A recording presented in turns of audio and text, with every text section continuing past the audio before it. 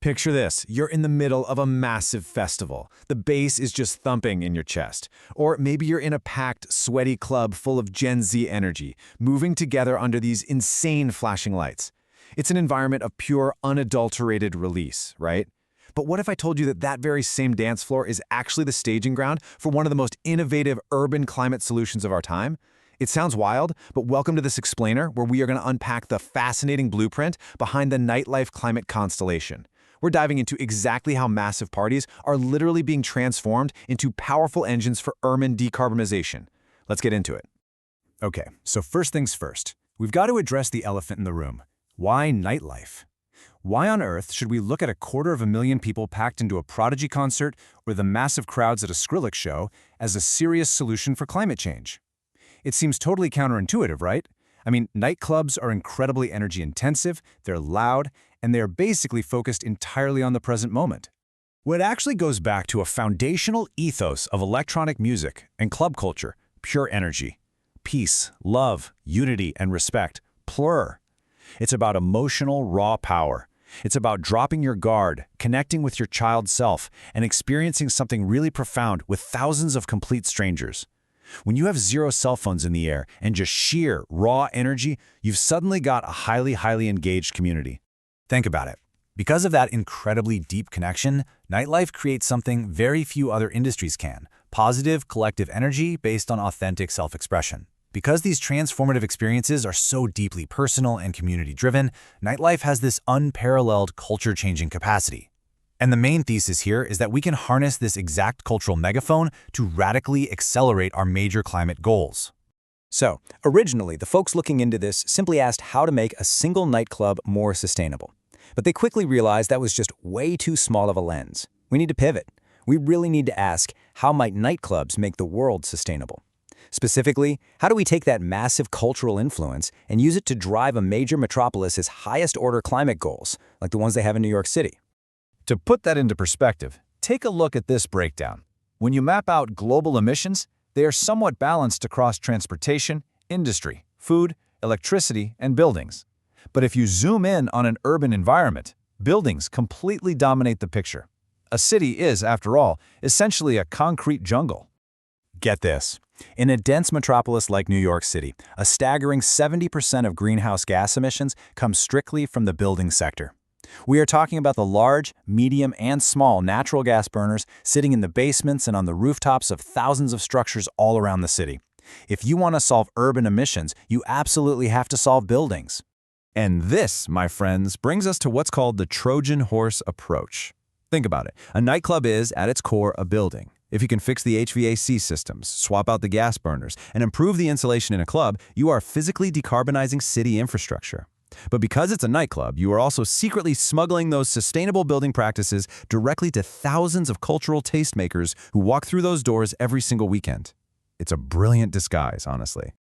Now you might be thinking, this sounds like a pipe dream, but this isn't just a fantasy. The cultural momentum is already building. Major pioneers are proving the music industry can pierce the collective consciousness. I mean, you have Coldplay and Billie Eilish hosting highly sustainable stadium tours. You've got organizations like Sound Future running a program called Surf and Turf, where they literally take ticket sales and directly fund environmental restoration like coral reefs and mangroves. And the Bye Bye Plastic Foundation, founded by DJ Blondish, they removed 1 million single-use plastic items from the scene in 2023 alone.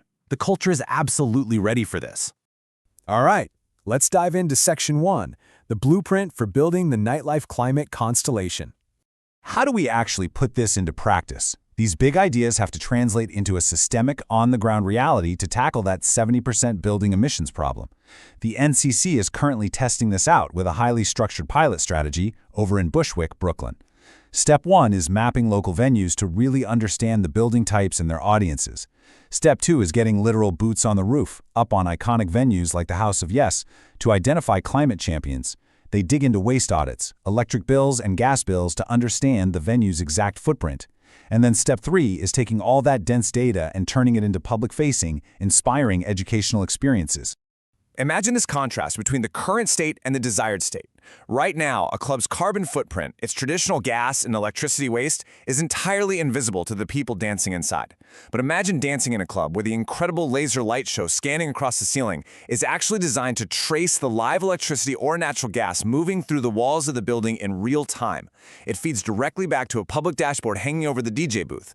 You're proving the economic and ecological return on investment while literally blowing people's minds on the dance floor. How cool is that? Moving right along to Section 2, the 5 pillars of NCC climate action. This is the exact playbook for venues wanting to join the constellation. Pillar 1 tackles the physical beast of the building itself, building and energy. This is the heavy infrastructure work required to solve that massive 70% urban emissions number we talked about earlier. We're looking at installing rooftop solar and battery storage, ripping out those old gas burners and installing efficient electric heat pumps, and seriously improving the building's envelope and insulation so energy just stops leaking out. They're even looking at cultivating rooftop gardens to completely transform the physical space. Next up, Pillar 2, supply chain and materials. We're talking about all the physical stuff flowing in and out of the club every night. This means completely eliminating single-use plastics like cups and straws and setting up really robust composting programs.